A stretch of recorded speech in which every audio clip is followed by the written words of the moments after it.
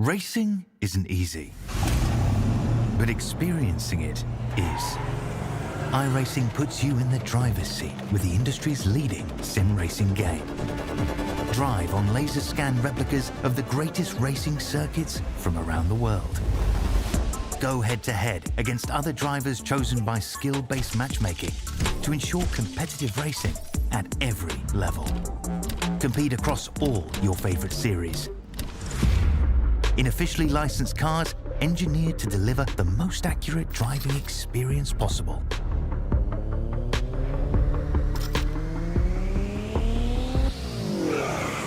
Join a race or host your own with players from across the globe. Race against the computer or in a league with friends. Feel the thrill behind the wheel. Visit iRacing.com.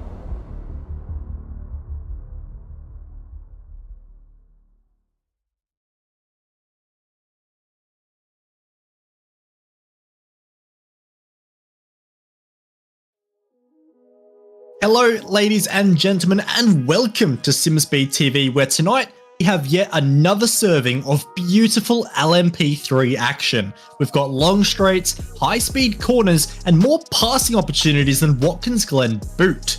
It is going to be a bonkers night of racing, and I, for one, cannot wait to get started. I am, of course, talking about the Südspeed Sportscar Series for round 4 tonight at the fantastic Motorland Aragon. To take you through all the action tonight, you've got myself, Bo Albert, in the commentary box, being joined by my usual partner in crime, Southpaw racer Reese Gardner, and making all the pretty pictures that you're watching right now is Jay Kennedy in the production booth. Reese, this is a round of the Südspeed Sportscar Series that we've been hyping up for a little while now, and that's for good reason, as it's not just an exciting track we're going to, but we've chosen arguably the most battle pack friendly layout of them all. Yeah, absolutely. Motorland Aragon is one of the newest tracks to join iRacing, having opened in 2009, and the layout we're using in particular is the outer one. This track was, of course, built in the mid to late 2000s as a replacement for a nearby street circuit that could no longer be used because it was a bit too dangerous for modern competition, and it has since become a home of MotoGP and superbike racing. A beautiful layout, surprisingly penned by Herman Tilke, one of the few tracks that people think is unambiguously good from that company, and this is the outer layout. It completely cuts out that little inner loop around the turn 12 area and cuts off the final hairpin too. So the average speed of this layout is insane, and it's a super long flat out stretch around the back of the circuit. It definitely is, and if we're talking about high speed, drivers will be spending some 80%, yes that's right, 80% of the lap on the loud pedal. It is crazy fast, and we're seeing speeds well into the 270 km/h plus range into that ultra fast turn 13, where, like you mentioned, we're not using that hairpin towards the end of the back straight, we're using the really fast 13 and 14 section, which is a corner with multiple apexes, so the drivers will definitely have to take care of that one to make sure they hit their marks through that very high speed corner that can double up as a passing opportunity in the 2 races we have coming up later on. Of course, it is the same format as we had at Barcelona. We've got the 15 minutes of qualifying underway right now, with race number 1 15 minutes in length, and from that we'll take our top 10, flip them around and send them off once more, but this time for 35 minutes in race 2.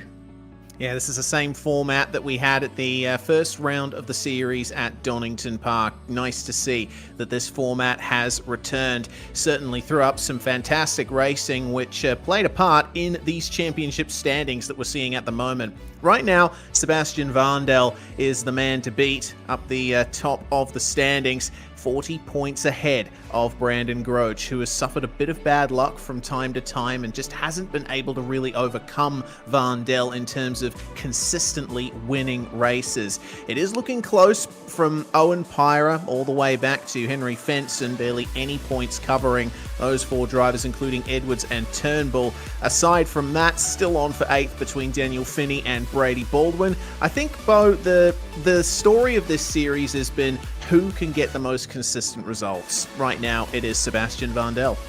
He has been an absolutely unstoppable force of nature, as the standings are proving at the moment. It's been a very good display from him, but it's not been without its challenges either. We've of course seen a difficult qualifying session in Barcelona. We saw a couple of chinks in the armor as well in race 2 at Donington. So he's definitely a high performer, but the chasing pack are chasing him down with more force than ever before. And there's some newcomers coming into this series as well that are throwing up some surprises, and one driver that raised quite a few eyebrows in some pre-season or pre-event testing was Dylan Walker of Parton Logistics SimSport. Now you see him P1 in the session right now. That's not some lucky draft or some unique racing line that he took. No, he has genuine pace here tonight, Reese, to really mix it up with some of our proven contenders. Yeah, going through turn 1 at the moment at the start of another hot lap. Will go on board here at Motorland Aragon. He's hitting these anti-cut curbs really nicely. There's a few of those anti-cuts that are, just little innocuous looking bumps on the insides of corners. A little bit of a lock up there into turn 5, and then the run into turns 6, 7, 8, 9. Got to be careful here on this curved braking zone. It's another lock-up from Walker, but this is the highlight corner of the lap, Bo. This was modelled after the corkscrew at Laguna Seca. It goes to the right and then plunges down into a left-hander to take you onto the back stretch. Yep, and that exit is oh so critical, and you can see Walker doing a fairly good job there of navigating that section.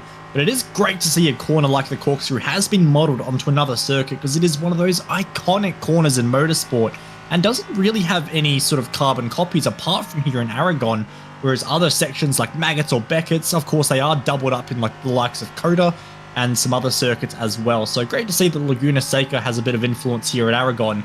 And the reason I'm talking so much about this back corner, or that last corner, is because there's such a long straight here. It just goes on forever and ever before you hit this big sweeping corner. You can see Dylan here setting up for another lap, but this corner on a massive massive attack push lap will be somewhere in the ranges of about a 200 plus km/h apex speed. So a very high speed, and these drivers are going to have to be really dicing around to try and make a pass there, because it is definitely a one-line corner.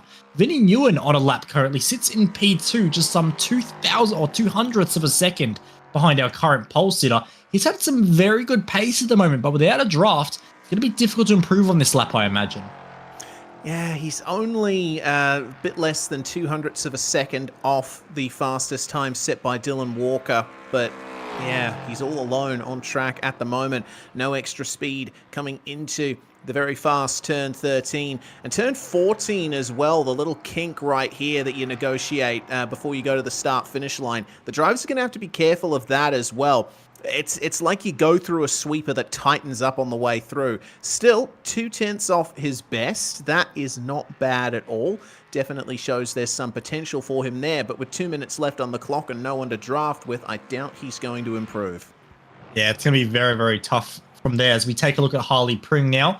And he's the lead car at the moment, so no draft for him either, but he does have a driver in hot pursuit behind, trying to steal a bit of draft away as well. That's Andrew Proctor trying to get some draft, but Harley now through the long final back corner, dips down to 170 kilometers an hour at that mid phase of the corner and powers down that front straight, currently sitting on a 33.1. Unfortunately, that lap wasn't quite enough to leap him up the standings. Now, the same result there for Andrew Proctor as well. Matching lap times fairly decently, just not able to get an improvement. But one driver that definitely needs an improvement is Brandon Groach, who currently has no time on the board, but he's one of the quick drivers in this series, and that proves it as he goes straight to the top. Beautiful lap there from Brandon Groach, just getting ahead of Dylan Walker by a tiny bit less than a tenth. Peter Smith, another one of the drivers who's had some good showings recently, especially at Montreal. Let's see what kind of run he's got out of the final corner. 131.8 the time to beat for him. He does not beat it. Vandel, meanwhile, coming up to the end of a lap. Cameron Edwards improves his time, 1 minute 33.0, and that's going to promote him up to 15th place. But it looks like Sebastian Vandel's just about to come through the final corner here. Will he be able to get pole position off Brandon Groach? We know that he's capable. Is it going to happen? Just one more corner to go. Oh, that almost looked wide or narrow. But here we go, to the line. No, it's not going to happen. Well, 2 rounds in a row. There's no pole position for Vandel. Daniel Finney unable to improve on that lap in the bean machine, as Harley Pring, I believe, will be our last car across the line as the time is just about to expire. 33-1 to beat, and unfortunately just a 32-6 on the occasion, so he will stay in P13. Still a good result nonetheless, but taking the spoils at the end of 15 minutes of hard qualifying, that honour goes to Brandon Groach for Frog Leap Juice Racing. Dylan Walker, the debutant, having a stellar performance in P number 2. What can he do from the front row of the grid? Vinny Nguyen kicks things off from 3rd place on the grid ahead of championship leader Sebastian Vandel in 4th place. Lots of work to be done, but plenty of opportunities to move forward as well. John Bradshaw makes it into the top 5 once more, which is a great effort there, ahead of Peter J. Smith on the 3rd row of the grid, with Owen Pyra and Henry Fenson sharing row number 4 on the grid. Good effort from both of those guys, as Daniel Finney and Sean Benici round out our top 10. In 11th place, it's going to be Dean Powell. He starts alongside David Turnbull. Not much of a difference in lap time between those two. Harley Pring is going to start in lucky 13th alongside Mark Foster. Then we have Eric Fenson starting out of 15th place alongside Cameron Edwards. Andrew Proctor in 17th spot. Samuel Lambert completes the 9th row of the grid. And then all on his lonesome, Michael Schroeder starting in 19th and last place here at Motorland Aragon. I'm hyped for this one, Bo. It's going to be a flat-out sprint for 15 minutes. We do have Michael Schroeder on the left and Sebastian Vandel on the right. Our 2 drivers on Zoom for this round. Hopefully we get a chance to check in with them at some point during the racing action, but I think it's going to be so short and sharp, we're barely going to have time. Oh, it's going to be a very exciting start to this race. In particular, that first run down the back straight is something to keep an eye on, as the drivers are just getting ready for their formation lap or half formation lap in a couple of moments' time. But as you can see, the format on the right of your screen, race 1, just 15 minutes in length. We'll talk more about race 2 in the near future, because of course there's a couple of things going on in that race as well, including a fuel cap restriction as well. But for now, race number 1, no fuel concerns at all, no pit stops required. It's all about how aggressive can you play it and can you make your way to the front. Reese, in this kind of situation where it's such a draft-focused event, how do you play this? Do you go on the attack nice and early, or do you try and chip away at it a little bit?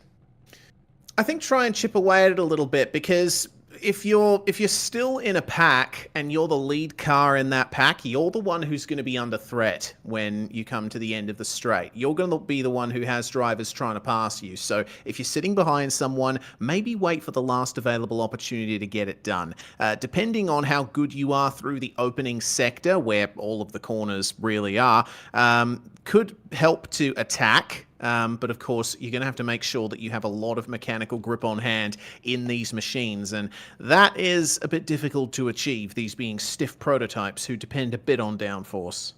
Absolutely, and speaking of downforce, this is probably the circuit on the calendar where they're running the least amount of downforce overall. So these drivers have to be very, very careful, as we have seen a couple little wiggles to that final corner under entry. Of course, entering at over 270 kilometers an hour, you're bound to have a little bit of instability as you tip it in. But as our cars get rolling halfway down this back straight, our focus turns to the front of the grid. Brandon Groach in the 22 Frog Leap racing car. He's been here before. He had a pole position at Barcelona and took a race win there as well. This is familiar territory for him. The driver beside him, Dylan Walker, well, he has no experience in this position at all. Front row of the grid in the Südspeed Sportscar Series. He's shown potential. What can he do against our known protagonists, Vinny Nguyen and Sebastian Vandel in row number 2 as well, lurking, seeing if they can get the jump on this rolling start, as the iRacing Porsche safety car will now peel off to the left of the circuit and hand control over to the 22 car, who holds just 80 kilometers an hour and holds it, and puts the power down. We are underway for round 4 of the Südspeed Sportscar Series. A great jump from Dylan Walker on the outside, but late on the brakes goes Groach as they all funnel in behind. Great work from our field so far, makes it clean through turn number 1, but it's Walker who leads out of turn number 2. A great start there as Groach gets a wiggle, Vandel in 3rd, Nguyen in 4th, as they all approach single file for now. That was a brilliant move from Dylan Walker to get the lead. He held the outside in turn 1 and picked up the throttle nicely to get the inside line for turn 2 and continued on to the lead of the race. On board at the moment as we check out our top group filing on their way through down to turns 8 and 9. This is going to be a difficult place here on cold tyres. Be careful not to understeer off or oversteer through the dip. Looks like Walker has managed to get a little bit of an extra advantage as they come onto the straight for the first time. Now this is where the slipstream comes in. Absolutely, as the drivers will all work out what exactly they have in the draft. Seeing speeds of 270 kilometers an hour when the cars are all by themselves. Already halfway down the back straight, we're hitting 270. So these drivers are flying, and you can see the 22 getting closer and closer and closer to Dylan Walker until he pulls out, goes for the outside into the final corner. It's high speed, it's dangerous on cold tires, but he's gonna get it done for now. Gets the move almost done, door banging as well on lap number 1 of a 15-minute race, but Groach will get the move done. Fantastic, goes defensive for turn 1, but Walker's gonna have to be careful of Vardell here, who throws his nose up the inside. Door banging for Walker. He's getting abused by the regulars at the moment, but he holds firm, keeps second place for now. He won't be pushed around too much.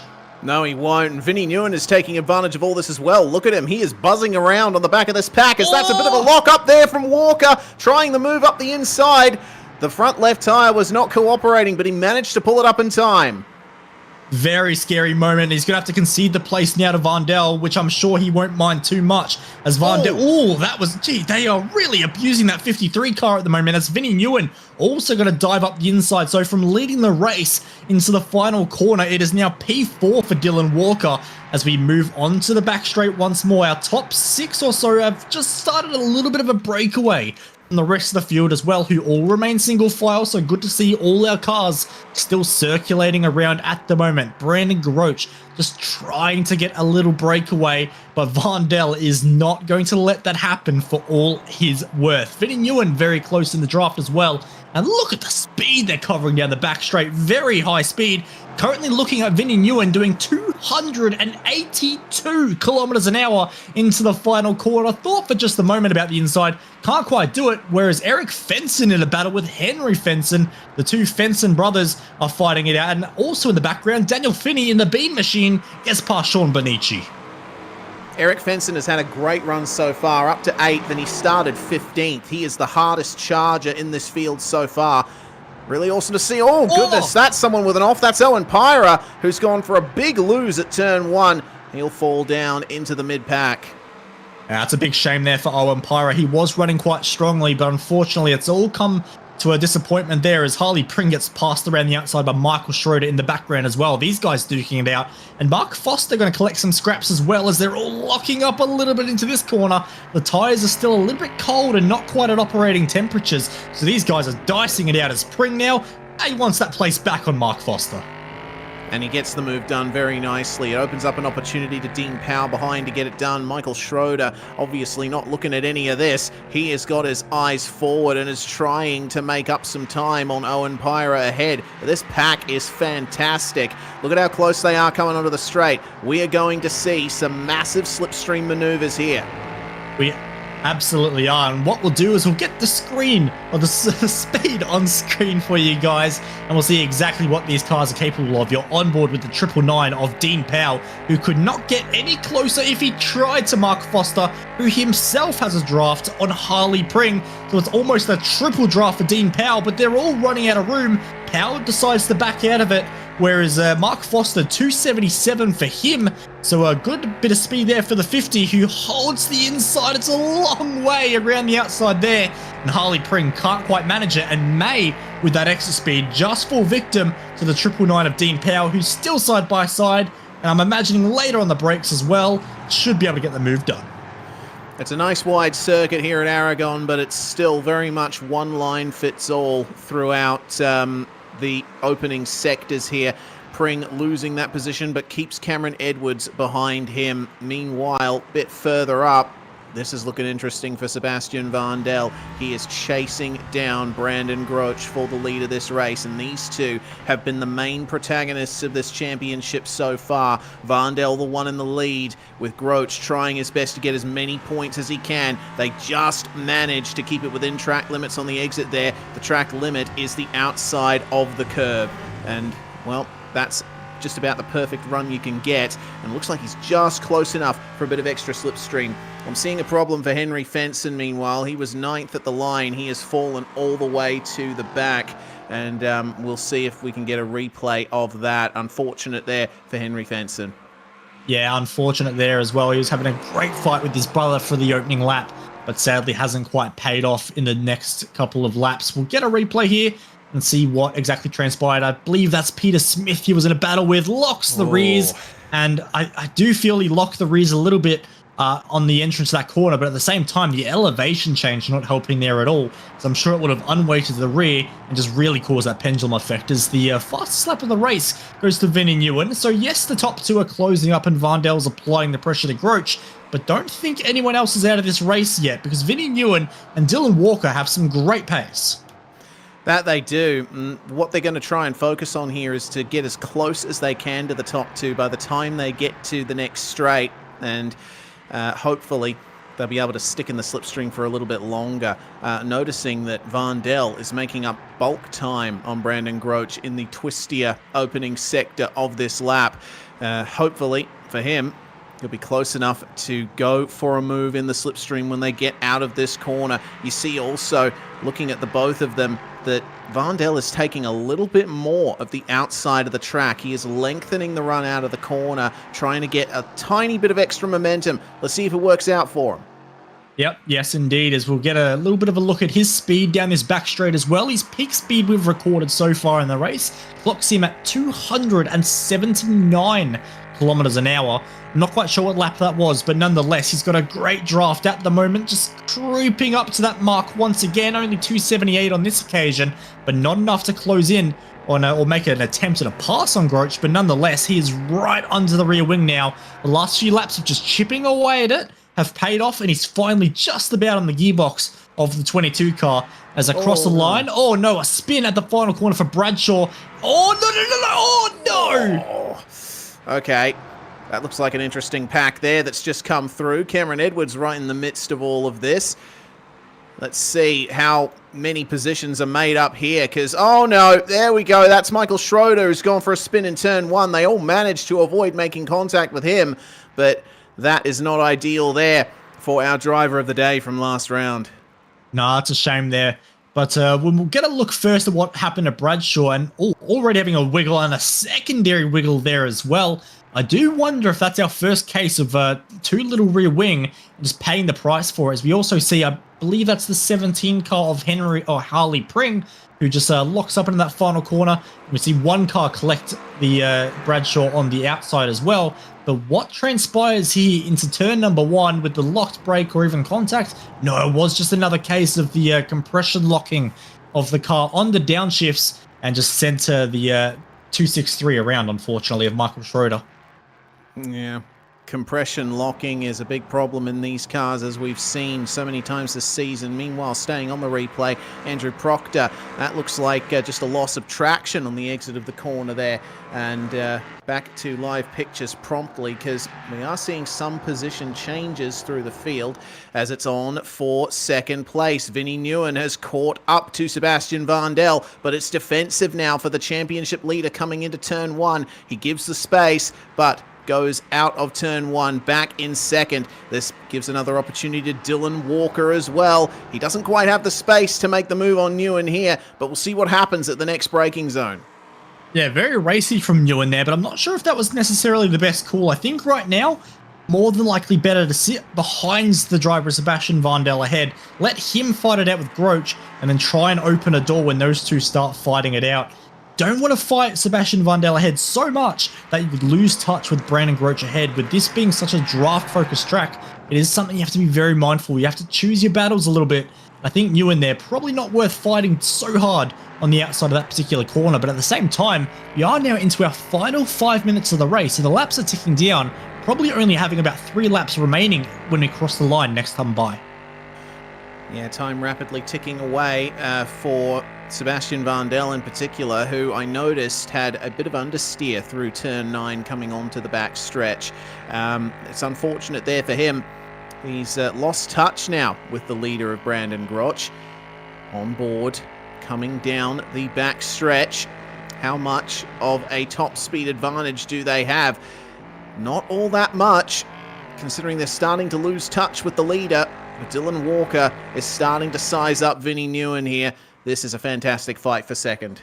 It definitely is, and I feel like at this point the gloves are off as a great lap from Groch. Of course, we saw that little defensive move from Vandel and Nguyen fighting it out into turn 1, but also the mistake through the corkscrew section from Vandel. What that's done is allowed a 1 second buffer for Groch there, which is more than enough for him to maybe just think about being a little bit easier on some corners as Vandel's off. Vandel's locked up and he has bowled it completely wide, and he's going to have to defend here from Walker. Second place is already gone, but third place, he's going to have to fight for this as Walker now locks it up. It's a chain reaction as they both ended up actually locking it up there. So all of a sudden, Nguyen has an opportunity to potentially try and drop the guys behind, but he runs it a bit wide. So this has been a big opportunity for Brandon Groch, who in 1 lap has seen his lead blow out to 2 seconds, and now Vinnie Nguyen in P number 2 and Vandel in P3 having to defend.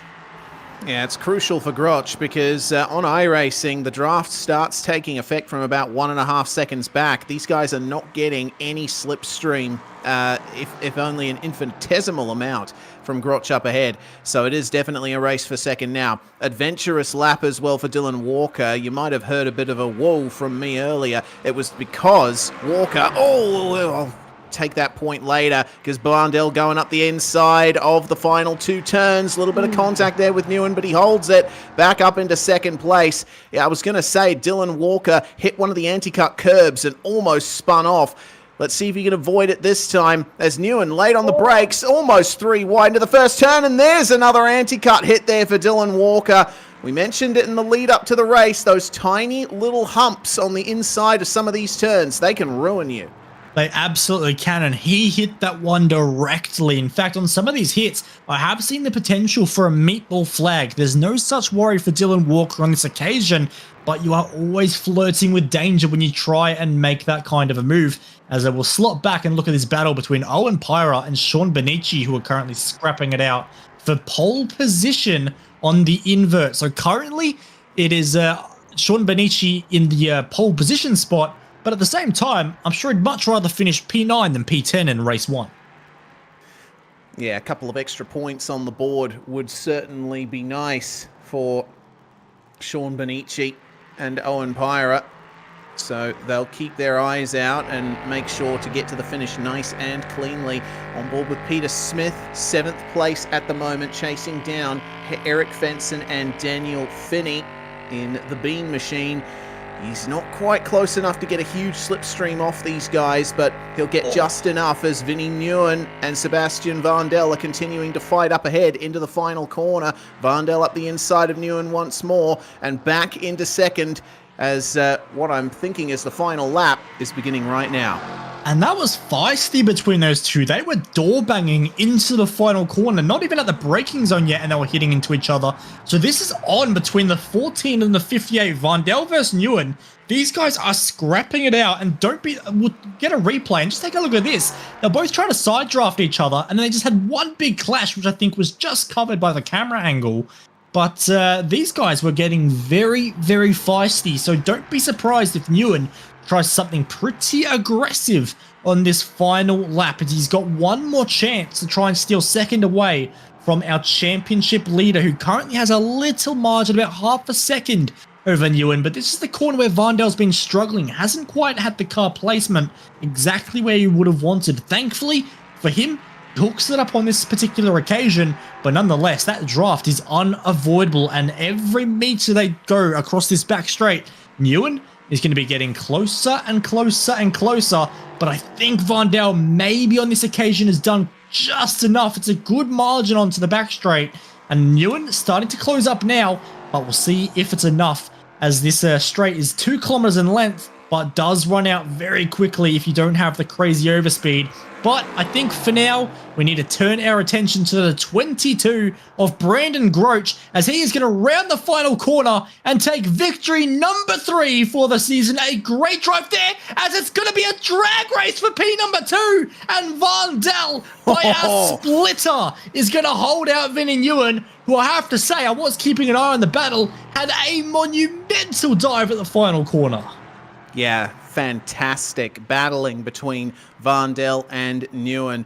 A quick look at Michael Schroeder just to demonstrate once again anti-cuts here at this circuit. He was just a little bit too far across that area coming onto the back stretch, and that was a spin there for Schroeder, which ended up losing his rear wing right at the end of the race. That's such a shame for him, but the drivers do have to look out for that. This is a modern circuit with sausage curbs.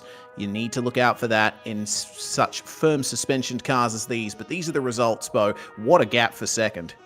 Absolutely. Brandon Groach, well, he did it pretty easy in the end, taking victory number 3 of the season. But yes, what a gap. We're talking 200ths. Just 200ths. Between second and third. It was a valiant effort by Vinnie Nguyen to try and upset the championship leader, but came just a little bit short. Dylan Walker will take things home in position number 4 on debut, but maybe what could have been after a mistake on the penultimate lap. Eric Fenson will bring it home in the top 5 as well, ahead of Daniel Finney and Peter Smith, who recovers the P7. A good recovery drive there after qualifying a bit further down than he would have liked. David Turnbull in 8th, Owen Pyra and Sean Benici, your top 10. And that will be pole position for Sean Benici in race 2. Cameron Edwards coming home another 6 seconds back, it seems. And then Harley Pring, another 4 seconds back from him for 12th. It was close between Fenson, Foster, Powell, Proctor and Lambert. Excellent battling in the lower midfield there with Samuel Lambert and John Bradshaw, the last 2 cars to finish on the lead lap. Unfortunately, Michael Schroeder a lap down in 19th place with the unfortunate hit for the sausage curb there at the final stages of race 1. Goodness me, once again, another fantastic race in the Südspeed Sportscar Series, Bo, and I'm looking forward to race 2. Oh, absolutely. That was all kinds of chaos in race 1. So we're going to, a bit over double the length for race number 2. It is going to be carnage in the best kind of way. We're going to have some very cool drivers starting towards the front and some very quick ones a bit further back. It's going to be very, very exciting. But I just want to take you back to the final lap for position number 2, because I thought that Nguyen was going to be way too far back, but he decided to throw it all on the line with a massive dive up the inside, very forceful, door banged Van Dell. And how good was this race? Yeah, it was fantastic, and that's what I love about this series. These drivers, there is an iRating cap of 3,150, so these guys don't have the biggest iRatings in the world, but they know how to race each other. Brilliant stuff. Of course, we should remind you all, the Südspeed Sportscar Series is sponsored by Südspeed, manufacturer of sim racing gloves here in Australia. You can use the code SportscarSpectator for 10% off, including free shipping in Australia and New Zealand. But some big news from Südspeed, Bo. Not only do they have international shipping now available, but Afterpay is active on the service as well. And that's a very big plus. I'm a big fan of Afterpay. I use it on probably too much items, on a weekly basis. It is a very handy feature, but being able to use that for Südspeed is a great addition, and a big effort there by Richard and the rest of the crew to make that happen. I'm sure that'll make a lot of people happy, and maybe, just maybe, will help you guys get a pair of Südspeed gloves into your hands a little bit earlier than you first thought. And of course, we also have the announcement of some shipping as well around the rest of the world. We finally have some pricing. You'll be happy to know it is far cheaper than you first thought, with most of the UK and Europe just $26 and the US just 21 Australian dollars. So not bad at all, and you'll be able to get your hands on a set of Südspeed gloves easier than ever, which could be useful if you're driving around a circuit like the Red Bull Ring, Zandvoort, or Phillip Island, because Reese, that's what we have to look forward to. We do indeed, and races spaced 2 weeks apart, so got a bit of time before those next rounds come on board. If you're interested in racing in this series, please, by all means, it's a fantastic championship this. We do get some news, however, for Dean Powell, a 20-second time penalty from race control, and he has been demoted to P17. That's a real shame for him there, so that's going to affect his standings here in the championship, which Sebastian Vandel is still leading, but with the win in race 1, Brandon Groach has closed the gap just a little. Absolutely has, but how critical was that battle for position number 2 there? Just helps the bleeding a little bit for Vandel. He's not losing as many points to Groach there, and for this next race, of course, he will start ahead of Groach as well. So Vandel, it's still looking pretty good for him in round 4 of the championship, but anything can happen in a 35-minute race, and we'll see what we have in store coming up. Of course, one thing we have to speak about is there is a fuel cap, and fuel cap means strategy, Reese.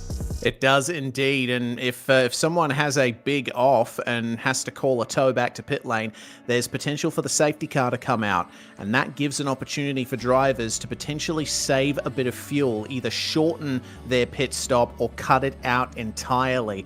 I would think with the amount of on-throttle time spent at this circuit, a safety car could be very beneficial. It absolutely could, but another thought that just popped into my head just now watching Cam Edwards practicing his pit entry. This is a high-speed pit entry right on the racing line as well. So the drivers have to be very careful of that. This could be very interesting indeed when the drivers are trying to dart off into pit lane, exiting that final corner, which we already know they're hitting 280 kilometers an hour plus into.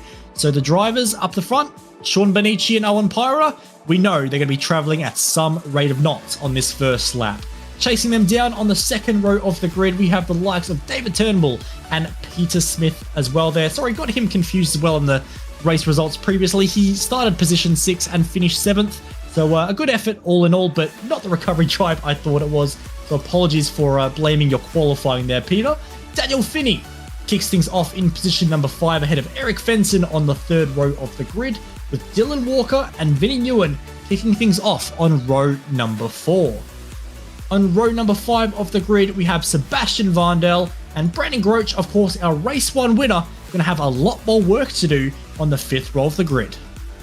Cameron Edwards, of course, starting in 11th place from here on back. It's where they finished in race 1. Harley Pring joins him there. Then it's Henry Fenson, and Mark Foster, 13th and 14th. Dean Powell, of course, demoted to 17th in race 1, but will start 15th for race 2 alongside Andrew Proctor. And then it's Lambert, Bradshaw, and Schroeder rounding out our field.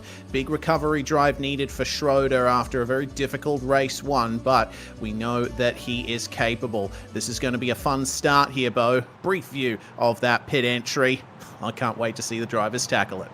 Oh, it is going to be so good. We have 35 minutes of brilliant action coming up, but we can't get started until Sean Benici says so. He holds 80 kilometers an hour, still holding, and then he's going to put his right foot on the pedal. We're underway for race 2, and already we're spreading out across the front straight. Whoa! Race 3 wide is turn 1. Turnbull, so aggressive. Door banging as well between Pyra and Benici. I think Benici might just hold on to this, but he's had to fight for it. Turnbull so aggressive on the inside, almost made it work. Now he has to watch out for Eric Fenson behind, getting very aggressive. He thinks about the outside, can't quite do it. Check it out in the background, 3 wide, as that is the 17 car who makes contact with Sebastian Vandel. Sebastian Vandel, championship leader, is around and damaged. It is going to be a big effort here from him. It is indeed. Vinnie Nguyen and Harley Pring were going side by side into the corner just behind him, and there was a tiny little tap. Unfortunately, Vandel losing his front bumper as a result of that. He's trying to keep the pace up and make it back to the pits and get the damage repaired. That is going to be a disaster for Vandel. He needs a safety car now. There's no way you can drive that car with that level of damage. You can already see understeering off the circuit. The 58 is going to be handling horribly for him.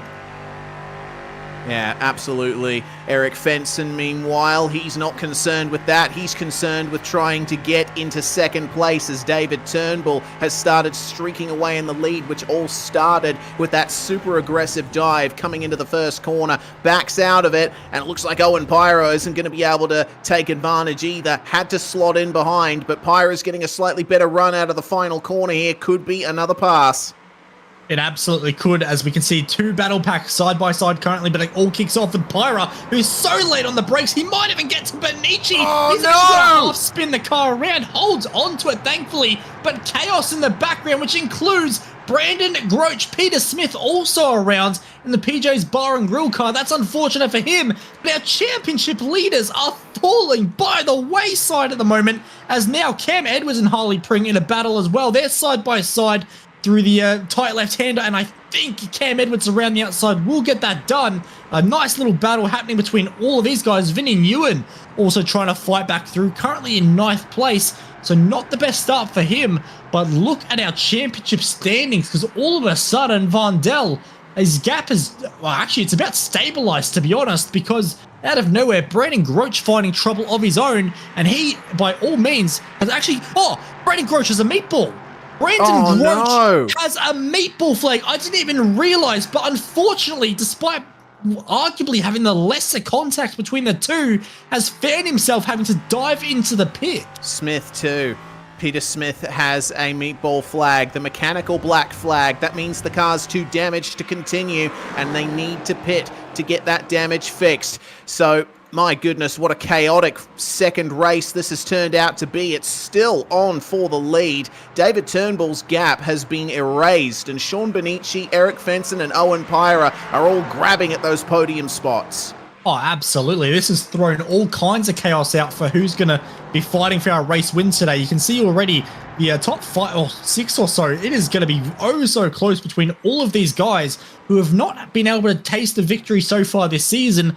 May just get our third brand new race winner in this particular event. We can see 3 wide doesn't go into 1, and Vandel just the unlucky victim on the outside there. There honestly wasn't too much he could have done. No, yeah, he was doing everything right, and, save going super deep and going off the circuit. There was no way for him to avoid that. It was a similar incident for Brandon Groach, who unfortunately got tagged in the rear by Peter Smith, and I don't know exactly where the meatball damage was picked up for either car, but I think it might have had something to do with that. We also see that Brandon Groach has actually been given a black flag by race control for contact on lap 2. I believe that was for the incident that ultimately turned around Vandel. No, actually, it was down here at turn 1. Okay, so it was the incident with Peter Smith, and my apologies, Groach was the car behind, and that secondary contact there, I think, is what spelled doom for the both of them. Yeah, unfortunately, it was just the smallest little touch just trying to get around there, and unfortunately it was enough to was the right hit in the wrong place, and that was very unfortunate for both of them. Groach, of course, has served his meatball flag, but like you sort of mentioned before, has a black flag to deal with as well now. So long race for both of those guys, trying to recover their races, but a safety car could be the opportunity that they're looking for. As lots of fighting into turn number 1, the bean machine gets very loose. Daniel Finney holds on to it and gets away with it. Only loses the 1 spot to Henry Fenson, who is having a good race at the moment as well, up some 7 positions. Certainly is. Here's another view of Harley Pring in the final couple of corners. Attempted the move, but I think just lost it on the way in. The curb certainly didn't help stability. We could have... we heard for a second that we might have a safety car coming, but turns out we don't. Back to live pictures. The fighting continuing here between Henry Fenson and Daniel Finney, as well as Eric Fenson and Owen Pyra. One more replay. Let's see what happened here. Yeah, we'll try and take a look at the moment. You can see the driver just coming down the back straight here. I believe this is the driver of Mark Foster.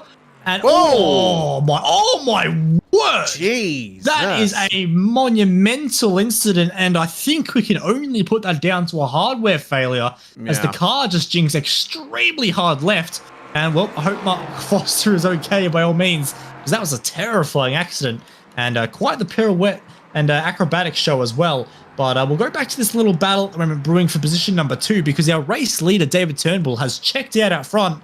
Meanwhile, second place is very much undecided as Pyra now on the inside of Eric Fenson, and Fenson very late on the brakes and very confident as well. Swipes across the front nose of the 25 car and says second place is very much mine, but they might both pay the price here, because Dylan Walker in the 53 car has plenty of pace. We saw that in race number 1. He's now looking around the outside, and he's been, well, I was going to say he's been pushed off the circuit, but realistically, that's kind of the traditional racing line you take through that corner. So Owen Pyra, I think, just didn't quite realize what was happening there. And, well, Dylan Walker's going to get the position easy enough anyway, but hopefully no damage on either car. Yeah, I think Dylan Walker probably wasn't justified in going for the move there. He didn't have much overlap.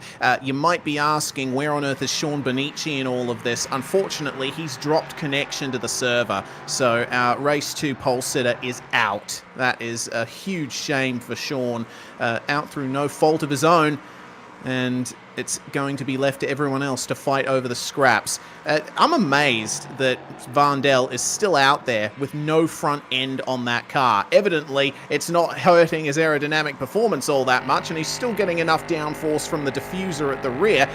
He's just waiting for the last available opportunity to repair the damage at the inevitable pit stop. Yeah, I think that's sort of the best case scenario for him. Of course, he knows that his championship rival's in a bit of trouble, so sure, the race win may not be in the cards for Vandel today, but it's about banking those points, and championships are won on your bad days. And I've got to say, today's a bad day for Vandel, which means it could be a championship deciding day for him as well. Of course, still plenty of rounds to go, but this is where he can really make his mark on this championship and make the points buffer that he needs for the remaining 3 rounds. But you have to work for this, because the fact is that car is damaged. Last lap around, 1 minute 34 for Vandel. Meanwhile, the car's behind, 32.6, and you can see Bradshaw even looking up the inside there, so plenty of pace on all those guys. As we check back in, the battle for position number 2 as Fenson, no. Eric Fenson off the road and spun in the kiddie litter. He will rejoin, but nightmare for who was our runner-up currently. Yeah, looks to me like he just lost it on turn-in over the curb, and potentially compression lock in that incident as well, falling to 11th place. Here's what happened. Coming into the curved braking zone, and, well, yeah, just lost the rear on the way in. Unfortunately, unrecoverable from there. Yep, absolutely. When these cars go, we have seen many drivers struggle to bring them back. They are very, very tricky, and unfortunately, Eric Fenson has made it a bit of a tough night for the Fenson brothers. Henry's having a good race too, but we saw him have some difficulties in race 1 as well, so maybe Aragon not quite playing to their strengths at the moment, but nonetheless, we'll see how they continue over the next couple of laps. If we take a look at this little battle a little bit further down the order, as actually I'm just seeing Sebastian Vandel dive into the pit lane, so enough is enough finally for the 58 car. He's going to try and get some damage repaired, get some fuel in the car, and hopefully bring it to the end. Yeah, well, in his fight with Brandon Groch, well, there's 2 visits to the pits that have already been taken for Groch. One of them, of course, was for a drive-through penalty. The other was to get the meatball damage repaired. But has Groch been able to get enough fuel in the car to get to the end of the race? I think pitting as early as he did, maybe not. We'll have to wait and see. Pit stop complete for Vandel. There is now a front end on that car again. He re-emerges in 15th place, which is crucially a few seconds ahead of Brandon Groch. Yeah, definitely. So he's still got the advantage over his championship rival, who we see just rounding the final corner now. But still, a safety car can change things very, very quickly. And if there was a safety car, all that really means Vandel and Groch are back together once more, as more dramas for Harley Pring there. You can see him rotated out. I believe that's turn number 5 there. So the 17 having a bit of a rough race number 2 at the moment. And, a very rough race number 2, it has to be said. Yeah, indeed. Poor Harley Pring. That's another unfortunate goings-on for him, as Vinnie Nguyen, who was one of the star drivers of race 1, battling hard here. Oh, Pyra! Oh yeah, and Pyra off. That's a big puff of smoke, and it looks like there was trouble there with Finney and Fenson, potentially. Cameron Edwards working his way into the lane after losing position there. Goodness me, things are starting to all come undone when they get into the pit cycle. Schroeder in too. Yeah, definitely. So a lot of drivers deciding now is the time to get yourself out of the chaos and all these little battle groups that are forming, and take your pit stop early, get yourself some clean air, and hopefully move forward that way. But the issue is, if everyone takes their pit stop early, no one takes their pit stop early. So these drivers definitely going to have to try and play the strategy card a little bit at the moment. One driver I don't think we will be seeing pit early at all is David Turnbull, who, as I say that, has a big lockup, keeps it on the circuit. But is the pressure just starting to show at the moment for the 702, who last lap was caught by 3/10 by Dylan Walker behind. So yes, a great lead for David Turnbull, but don't think this is over just yet. No, certainly not. Here's what happened to him. Once again, the run down into the faux corkscrew corner, catching drivers out. That was a big lockup, and that completely ruined his line through the corner and onto the straight thereafter. So that's what the gaps look like at the moment. You see that Dylan Walker is steadily starting to draw up on him. 270 k's an hour at the end of the straight for both of those cars, but the proof will be in the pudding. Let's see what the lap times are like, as looks like Eric Fenson is making his way back up further. He's back to where he started in 6th, having just made his way past John Bradshaw.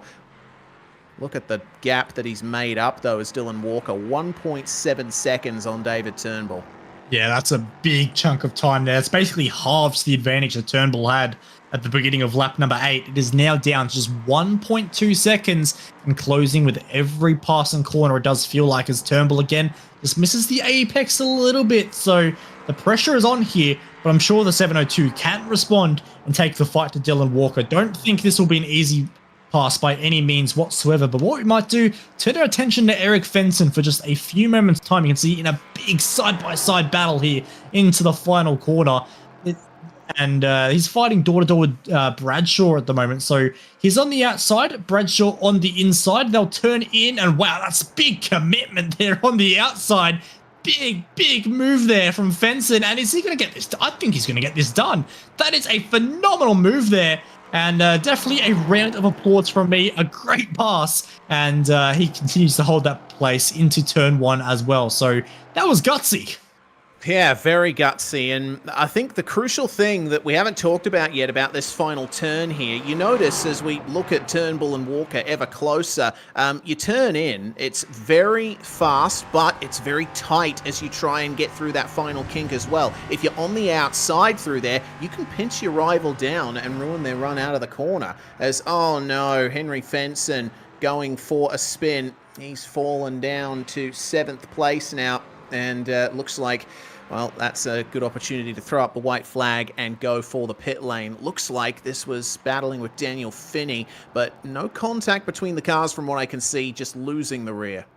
Well, it could have even been a case of the air pressure from being so close to the car ahead actually disturbed Fenson there. So maybe the car ahead did have some impact on that. Of course, no fault of Finney's. It's just the natural part of racing, and that difference in air pressure can sometimes catch you out a bit. But I think a good call from Henry there. Dive into the pits while you're already a little bit slow on the exit speed of that final turn. May as well take the penalty there and then. Get some new tyres or get some fuel into the car and reset for stint number 2.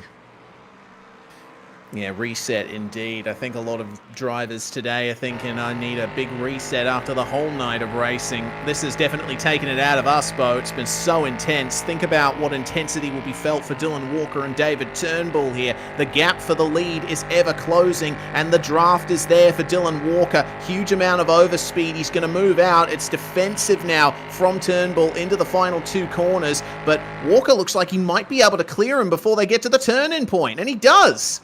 Yeah, great move there around the outside. You can see just how much quicker he was in a straight line, and really showed the confidence as well to sweep around that final corner, just turn in and know that David Turnbull would leave room there. So great racing, great racecraft between both of these guys. But I'm sure Turnbull's gone! Turnbull spun the car at turn number 1! He's led 10 laps in this race so far, but I don't think he'll be leading anymore, unfortunately. That is a disaster for someone who was doing oh so well.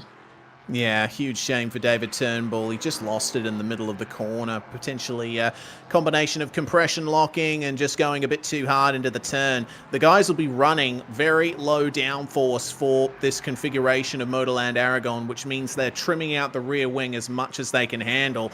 And of course, that results in a lot of instability in the rear. Yep, it definitely does. And we've seen that from so many drivers tonight.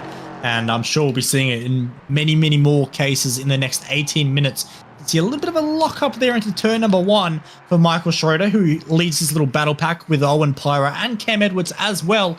Worth noting, all these guys have pitted so far. So this is a battle that will rage on till the end of the race, assuming they've all got fuel to the end, as Cam Edwards has a big look up the inside there, but pulls it up just in time to avoid getting into the door of Owen Pyra. So these guys currently 11th, 12th and 13th place, but still racing as if it was for the win, as Schroeder a little bit wide there, maybe opening the door for Pyra into the next sequence of corners. Yeah, this is a lovely little battle that these guys are having at the moment. And Eric Fenson and John Bradshaw up ahead for 4th are trading places too. This is quite the interesting fight as well. Looks like Bradshaw just clearing Fenson there. That battle will be over for the time being. We'll keep an eye then on the battle for this 12th and 11th, 13th spot. Schroeder, currently the sitting duck. He's got the slipstream behind from Owen Pyra, who's going to make it 3 wide here on the back stretch. Just a little bit of side draft, maybe a little bit too close for comfort. Pyra's going to have to think about Edwards on the inside here now. Yeah, this is going to be very tight into the final corner, but again, big commitment from the driver on the outside. And I think Pyra's going to get this done. Very good move there around the outside of Cam Edwards. And yeah, I actually thought around the outside was going to be quite difficult tonight, but these drivers almost choosing it as a preferred line, using the tactic you mentioned earlier, Reese, just trying to pinch a rival down just a little bit.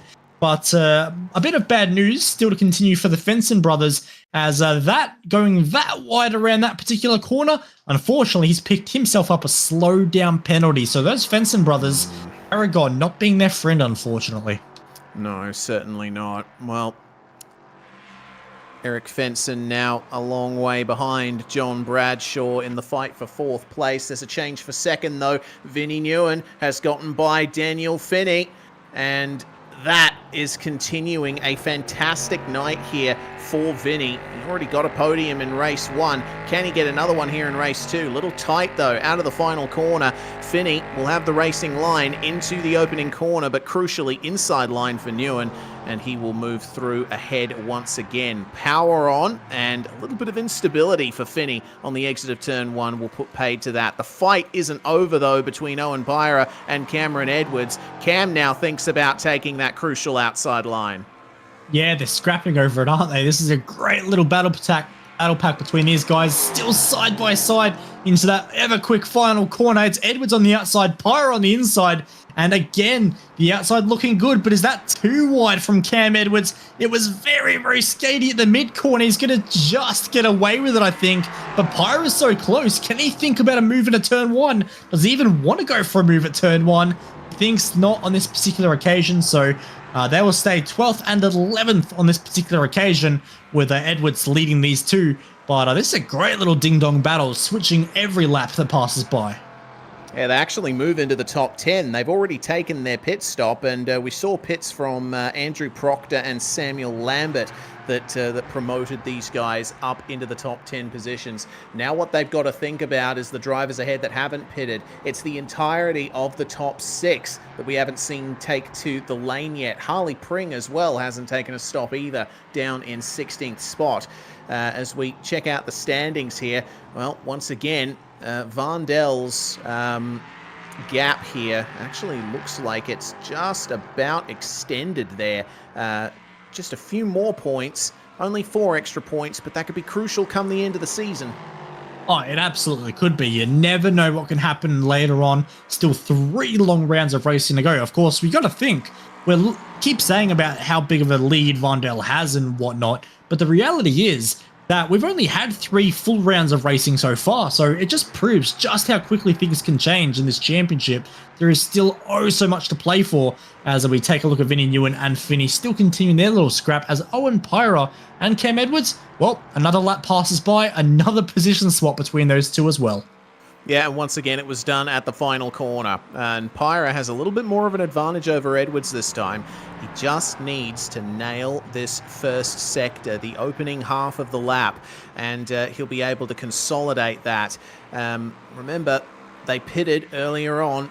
They've got plenty of fuel left in those cars. The battle between Finney and Nguyen still ongoing here. What a fantastic fight this has been. They haven't left each other alone all race, but they both still have to take a pit stop. Easy does it into the final corner. You don't want this to be ruined before you get that opportunity. No, not at all. And the thing they have to be careful of as well is with this constant door-to-door battling that they're having, almost door banging on that particular occasion, Finney so close around the outside, and I think Finney may just get this done, although Nguyen doesn't want to give this up. He's still got his foot in the accelerator and might dive it up the inside. That is so late on the brakes. Crossover from Finney. He's got the extra speed, but he does not have the line. That was very close as well, almost banging wheel arches through turn number 2. Again! Wheel arches. They are 3 times the charm as Finney and Nguyen are just continuing to duke it out. I'll get to my point eventually, but these guys won't let me. They cannot stop battling each other. What I'm trying to say, the more they battle, the more they lose time. They're losing time to the guys that have already pitted and are in clean air. The likes of Sebastian Vandel, he's pitted, he's got clean air, he's setting lap times way quicker than these guys who continue to run into each other. Yeah, that's the big thing you have to think about. It's all well and good having a fun battle with someone, but you got to think about the big picture. Vandel back up to 5th place, and I tell you what, considering everything that he's been through in this race, that's certainly a great turnaround. Nguyen, though, still on the back of Daniel Finney. We've seen another pit stop from John Bradshaw. He's re-emerged in 6th overall. And Turnbull emerges down in 8th place as well, having taken his pit stop. Meanwhile, Nguyen and Finney, they have no chance of thinking about a pit stop at this point. They're still too involved with each other. I think they're just trying to go as long as they can, but maybe it'd be a smart decision for either of these guys to pull out of the battle, take the pit stop, potentially get some extra time there. Yeah, absolutely, but I honestly think it might even be too late for these guys because the reality is they're losing 2 seconds a lap to the likes of Vandel, so this is a big time loss for all these guys. And Nguyen actually locking up now and going off the circuit. That's a free kick to Daniel Finney, so we thought the battle might be broken up by a pit stop. It might have been broken up just then because that is a big time loss for Vinny Nguyen. He's going to, of course, try and get back to the Daniel Finney and try and fight that battle out once more. But he may have to wait a couple laps now because Daniel Finney is going to continue raging on. And the other issue is, look at the background. Eric Fenson is approaching in a hurry. He is indeed. He's taken advantage of all of this battling. He's just been driving on his own, focusing on his lines, and despite the few mistakes that we saw from him earlier, he hasn't made any in the last few laps, and that is paying dividends for him right now. We are approaching the point where we will have to see these guys come into the lane, though. How far will that bring them into the battle with Vandel, Bradshaw, even the four-way battle for 7th at the moment between Henry Fenson, Turnbull, Pyra, and Edwards? Yeah, it's going to be interesting to see how those guys all pan out as Pyra and Edwards still... Walker's in. Oh, there we go. So race leader dives into the pit lane. And so here we go. Oh, contact again. These guys cannot get off each other.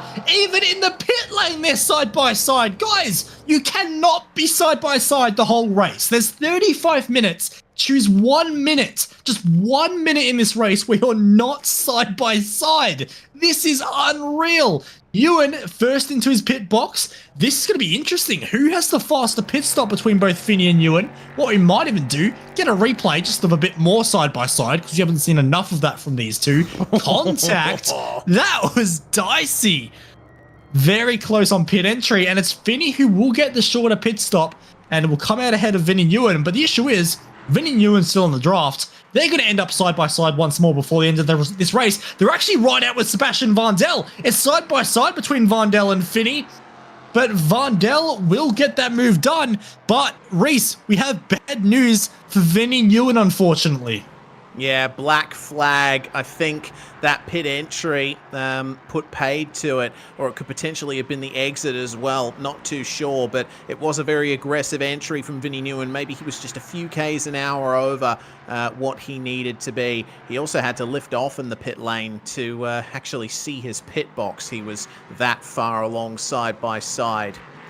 That's just unfortunate there for Vinny, as we're hearing as well, Vandel had a slight mistake on the previous lap too. We're going to get a view of it here.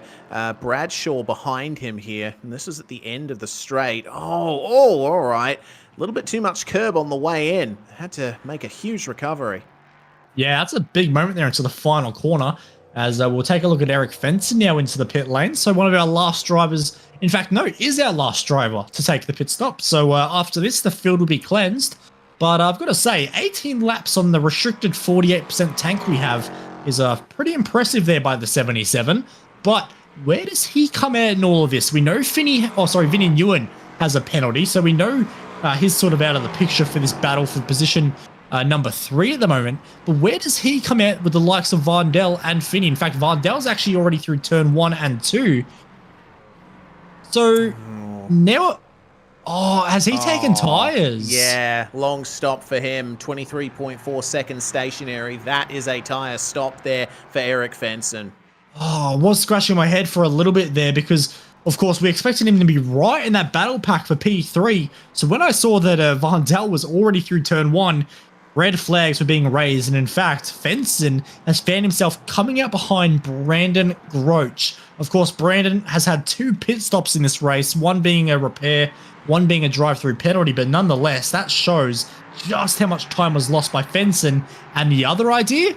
Well, now he's got cold tyres. He has to go through the whole warm-up phase again. So a tough night for the Fensons continues. But what we should talk about is how our field actually stacks up at the moment, because there has been so much chopping and changing. What we have ended up with is Dylan Walker leading our race currently, and he is in a great spot, almost totally untroubled. Yeah, well, he was threatening it, wasn't he? From the very moment action started tonight. Excellent running in practice, second place in qualifying, and now on the way to a potential win here in race 2. Still 6.5 minutes to go. Remember, he did make a few mistakes in race 1, just going a little too tight over the anti-cut bumps, as Vinny Nguyen comes in to the pits for a second time and serves the black flag given for speeding in the pit lane. I'm concerned for Walker. Just wondering if he's going to be able to hold on to that, considering he might not have worked all the mistakes out of his system. Michael Schroeder, meanwhile, another spin, and that is heavy damage to Schroeder in what has been a torrid night for him. Yeah, it's been a rough one, hasn't it? It just doesn't seem like Aragon's quite gelled with him, and it's all gone a little bit wrong on several occasions tonight. You can see he does get going once more, but plenty of damage on that car. In fact, just pulls it off the road, I think, in the end. So definitely a tough one there, but I'm sure he'll bounce back quite well for our remaining rounds. But I've got to say as well, another good drive we have to speak about currently is John Bradshaw in position number 2, started 18th for this race. Yeah, I'm amazed at the run that John Bradshaw has had. Remember, he was down in 18th because he had his huge issues in race 1. He qualified in 5th. So there's been a lot of potential for him to find his way back up the field. He's managed to do it in race 2. Certainly been a fantastic drive from him. And he's looking mighty quick. Not quite as quick as Vandel, who's starting to sneak up on him. Yeah, Vandel, of course, we know how good his pace is. And on that particular lap just then, half a second faster. So Vandel is flying at the moment. And if he keeps this pace up, he will get, well, actually, he will get to the back of Bradshaw, won't he? He's only a second behind now, so the gap is coming down quicker than I thought. And with just a bit over 3.5 laps remaining, this is going to get very interesting for position number 2 here. And Vandel, well, he's already fought off position number 2 once tonight. Let's see if he can do it again. Yeah, let's see indeed. Vinnie Nguyen, meanwhile, has re-emerged in in 14th position, will become 13th because Peter Smith has come back down the pit lane, and I'm not seeing a black flag for him, so I'm not too sure what the issue is there. I'll remember he did have to pit early because of his meatball flag early on, and the same might be the case for Brandon Groach. So this is going to be the fuel stop here for Peter Smith, actually the third time that he has visited the pit lane in this race. The gap's still closing for second. Yep, it is slowly ticking down bit by bit, and we're even seeing some weaving now by Bradshaw, trying to break the draft. Doesn't want Vondel getting any closer, but I feel like it's a bit of an unstoppable force at the moment. It doesn't matter what you do, Vondel's going to get closer and closer and sneak up to the gearbox of the number 3 car. Of course, Bradshaw clearly likes the number 3, but I'm sure he'd rather keep position number 2 for now. But Vondel on that lap, 1.1 seconds faster. He's not catching now. He is storming up to the back. And setting the fastest lap of the race on the way as well, 131.3. Looks like no one else can even match that. It's everyone else is in the low 1-minute 32s or slower. Vondel has been concentrating hard, trying to regain positions after the unfortunate coming together earlier on that lost him his front end. Now there's a little bit of extra front grip on that car, and he is making full use of it as they come onto the back straight. Yep, lots more downforce, plenty more straight line speed, as well as lots of drag has been taken away by not having to have that block of a front, and then he had to carry for the first 6 or so laps of this race. He'll be way quicker in a straight line. I think we're going to see that in full effect in just a few moments' time. You can see already the closing rate is just increasing just at the moment. You can see getting a bit closer is Sebastian Vondel to the back of John Bradshaw. We'll see if he's close enough to make a move into the final corner. I think he definitely is, and Bradshaw thinks he's as well. Just covers for just a little moment. Big jink up the inside and dives it up the inside. Goes Sebastian Vondel. I've got to say, he made it look all too easy. Yeah, that was a very aggressive move on the way in. I find that with prototypes, with as much downforce as they produce, faster you go through a corner, the more grip you have. So maybe he was just trusting in the car at that point, and the car certainly paid him back well. Cameron Edwards and Owen Pyrus still fighting over position number 7. Something has happened to Dylan Walker, meanwhile. Oh dear, looks like a slight technical issue for him. A little glitch, and that is some very high ping for him. Highest in the field at 350 it just peaked at. Usually we see about 60 to 90. Yeah, that was a scary moment there for our race leader. I'm sure right now he's probably very terrified at what was happening, and we're even hearing our producers say ping actually peaked at around 600 for a second there. So Dylan Walker is on the penultimate lap at the moment, but the race isn't over yet. The checkered flag is not flown, and there's still plenty that can happen. And Sebastian Vondel is too far back to catch Walker, but Walker, I'm sure, will be stressing all the same at the moment. Bradshaw not quite able to stay with Vondel, so I don't think he's going to have any chance at making a move on this particular occasion. If he can just close up a little bit on this lap, and then a little bit more down the back straight on the next lap, maybe into the final corner of the race on the last lap, he has a chance at passing the 58. But he also has to be careful, because Daniel Finney, who we're keeping an eye on at the moment, is catching by around a second a lap on these guys. But there's still plenty of work to do. We're looking at a gap of over 2 seconds as the white flag flies. 1 lap to go, and we'll see how this pans out, as Bradshaw definitely close enough for a move now. Yeah, can he fight back versus Sebastian Vondel? One of the weak spots for Vondel on this circuit is one of the worst to be weak at, which is the entry to the back straight. He's been going a bit too hard to there as Henry Fenson takes one more visit to the pit lane. Oh man, it's just been a tale of who's been able to escape the inevitable carnage around here at Aragon. Potentially one of the big outliers in terms of tracks for this season, with the kinds of setups that drivers need to run, and some have coped with it better than others. Vondel at the problem corner for him. How does he go coming through this turn? He needs to nail the exit, and he certainly does, but is Bradshaw close enough for a maneuver? I don't think he is. It's quite the gap, standing at 0.7 of a second. He's already closing up on the back of Vandal. The gap's already down to 0.6. But despite how long this straight is, that is a big gap to overhaul. Now down to 0.5. Is he going to be able to get it down to 0.4 soon? Of course he is. It's down to 0.4 now. The gap's coming down, but so is the length in the straight. The other thing that's closing down is how many corners remaining for Dylan Walker, because it currently stands at none. He's on the front straight, and it's going to be victory on debut for the 53. Dylan Walker wins race two of round 4 of the Südspeed Sportscar Series. Sebastian Vandal holds on a second, and John Bradshaw a fantastic drive in position number 3. Daniel Finney in 4th, a very consistent night as the rest of our drivers will file across the line looking for any final battles, but I think we're all a little bit spread out now, Reese. Yeah, the only battle I'm seeing is Andrew Proctor versus Henry Fenson for 9th, but Fenson is just too far back to take any advantage out of the final corner and even goes into the pits again, coming off the... He's going to lose a spot to Dean Powell, corner. is he not? Oh, yeah, actually, he will. Where's the control line? No, he he's won't. safe. He won't. He is safe, Ooh. only just. Ooh, very brave. Very, very brave there on the final lap. But he clearly knew where the control line was. We didn't. Another driver that did and found it first ahead of all the others was Dylan Walker. A great drive tonight, and hopefully we'll get to speak to him in a couple of moments' time. That is 24 laps at Aragon completed, and at the end of it all, Dylan Walker stands on top. Victory on debut after 36 minutes at Aragon.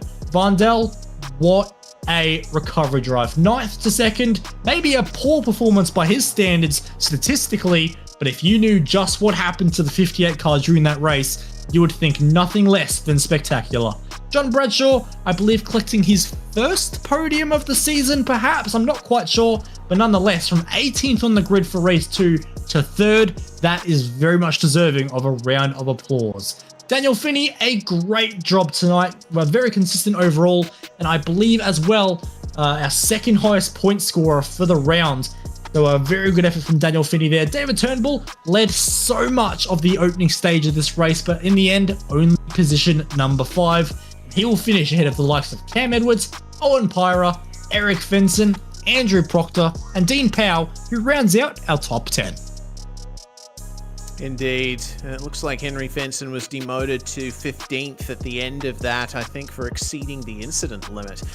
Lambert will be classified in 11th place. Vinnie Newen down to 12th. That was such a shame for him, speeding into the pit lane. And, well, it would have been an incredible drive for him otherwise. Brandon Groach as well, the winner of the first race here and pole position in qualifying, has to settle for 13th in race 2 after a mechanical black flag. Peter Smith started 4th for the second race, falls to 14th after contact with Groach, and Henry Fenson down there in 15th with Pring, the first driver to finish more than a lap down.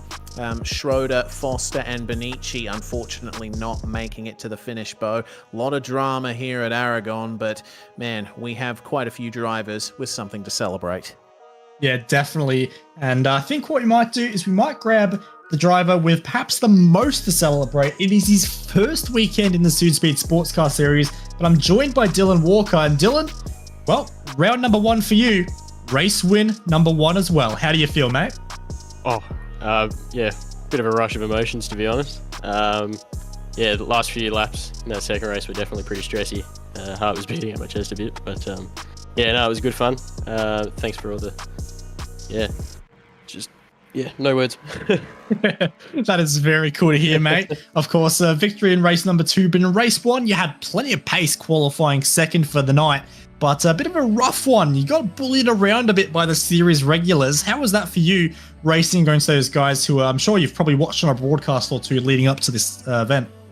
Yeah, nerves just got to me a bit. Once I think the move for the lead, it was just a lot of pressure from behind, and just got trained. So once that, I wasn't going for that move at up the inside of Vandal. He just caught me out on the brakes, so it's a bit of wreck avoidance more than anything. But it just put me offline. So everybody else got through. It was just had to resettle. Well, you definitely managed that, especially for race number 2. You led plenty of laps in that one. But next time we'll see you on track, you'll be at the Red Bull Ring in a fortnight's time. What are your thoughts on the Red Bull Ring? Is it a track that suits you or perhaps doesn't suit you? Yeah, I'm not sure. Haven't run too many laps around Red Bull Ring. Yeah, it's just going to be a case of track time, getting as many practice laps in as possible, and yeah, seeing where we shake out. Well, sounds very good, mate. Before I let you go, is there anybody you'd like to thank for tonight? Yeah, big shout out to Part Logistics and D&D Precision and First State Smoke Alarms, as well as all the ORL boys for all the support. Well, pleasure to speak to you for the first time, Dylan. Keep that kind of pace up, and I sure will be speaking to you again soon. Cheers, mate. Appreciate it.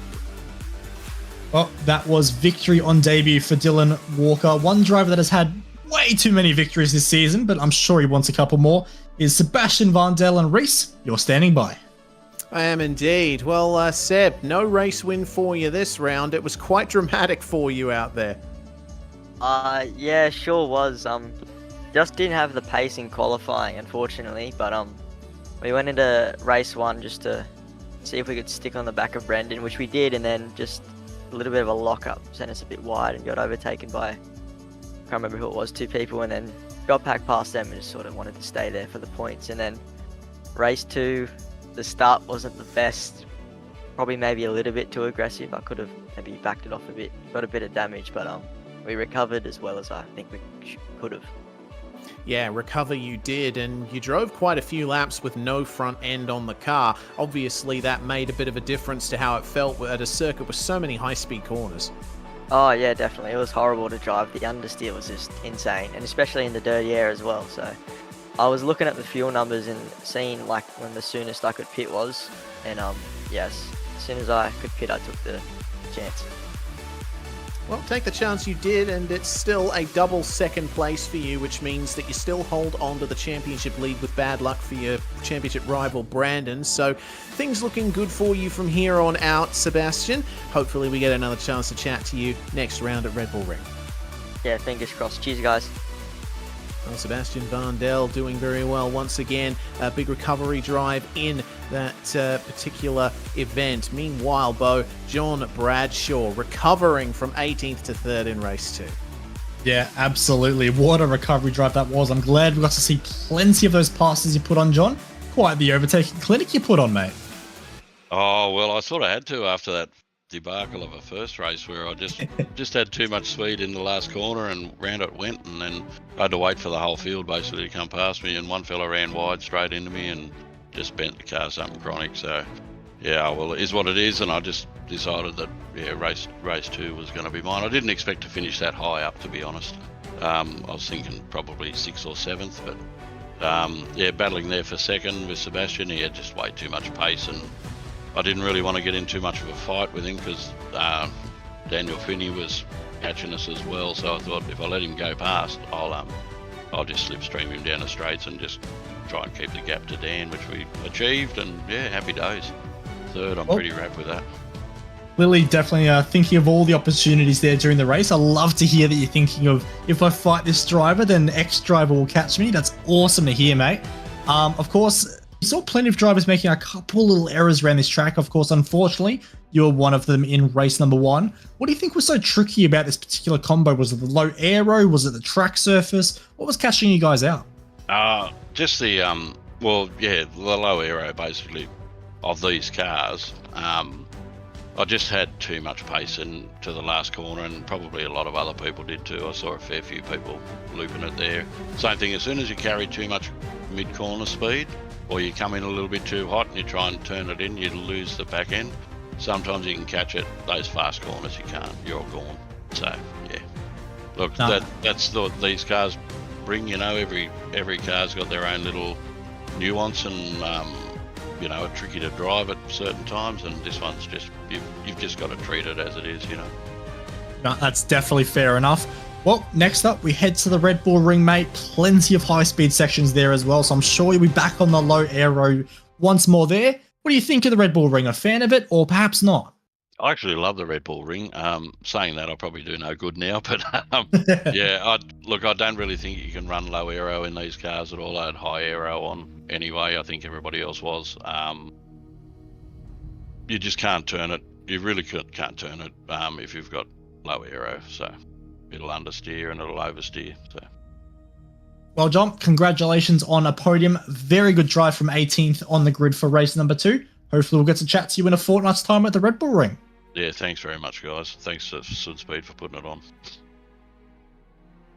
Well, that was John Bradshaw there. A great drive there in race number 2 in particular.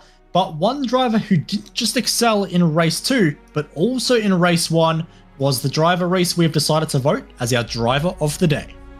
Yep, we are joined by Daniel Finney in the Bean Machine. Goodness me, Daniel, that was an incredibly intense battle that you had with Vinnie Nguyen in race 2. What was it like from your perspective? Very, very sweaty. To be honest, that battle actually cost me a fight with Mr. Bradshaw at the end of the race there. I lost a little bit too much time. Should have really pitted 2 laps early, but then again, that would have taken a lot of the entertainment out of your broadcast, so you're welcome. Of course, yeah. What was it like for you on that pit entry? Because Vinny was still trying to get past you on the way into the pits. Maybe it was a late decision from him to jump into the pits with you, but a little bit of contact on the way in, you were probably happy for the fast repair. Yeah, it couldn't have happened at a better moment, to be honest. I lost no time whatsoever.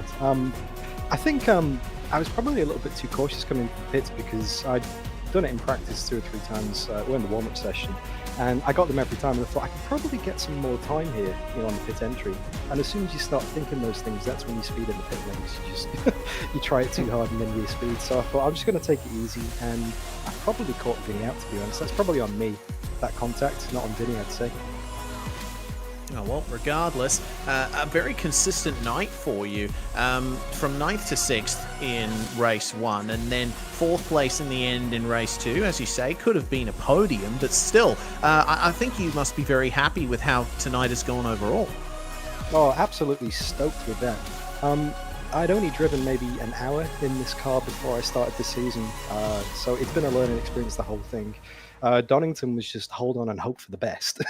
Montreal was just hold on and hope no one else gets you. And last time out in Barcelona, the car was nowhere, so I was actually kind of feeling a bit down, a bit demoralized, because I just thought, well, I've got no pace in this thing. So very happy to have the pace today, and yeah, just happy to get a solid result on the board finally. Yeah, well, from low to high, and you've got a Südspeed shirt coming in the mail as a result of being voted driver of the day by us here in the comms box. So is there anyone that you'd like to thank before we let you go, Daniel? Well, a lot of people on my live chat here are actually said thank the wife, so thank you, Claire, for looking after the kiddo and letting me race tonight. I also want to say a big thanks to Next Level Racing for just supporting the channel. I want to say a massive thanks to my YouTube community for supporting me and the channel as well, and yeah, thank you guys for the broadcast as well. You do an absolutely fantastic job. Can't wait to grab a beer after this and sit down and watch it. Of course. Thanks so much for joining us, Daniel. Hopefully we get another chance to chat to you next round at Red Bull Ring. Hopefully, fingers crossed on the podium that time. We shall see. Oh, great to hear from Daniel Finney there, and what a character he is as well. That's great to hear from him. But what we do have, Reese, is some championship standings up on screen right now, and, well, it is definitely the Sebastian Vandel show now with a monumental lead.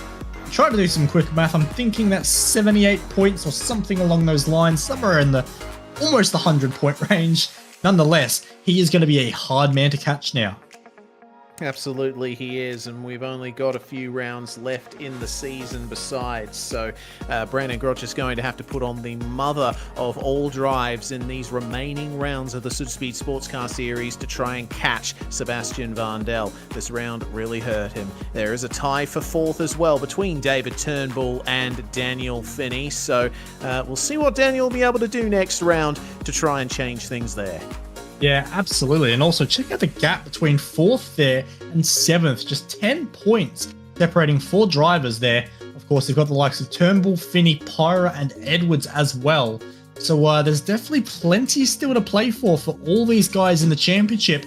But we won't know how the points are affected or how the points and race wins are going to be chopping and changing until a fortnight's time, because we head on the 31st of October to the Red Bull Ring.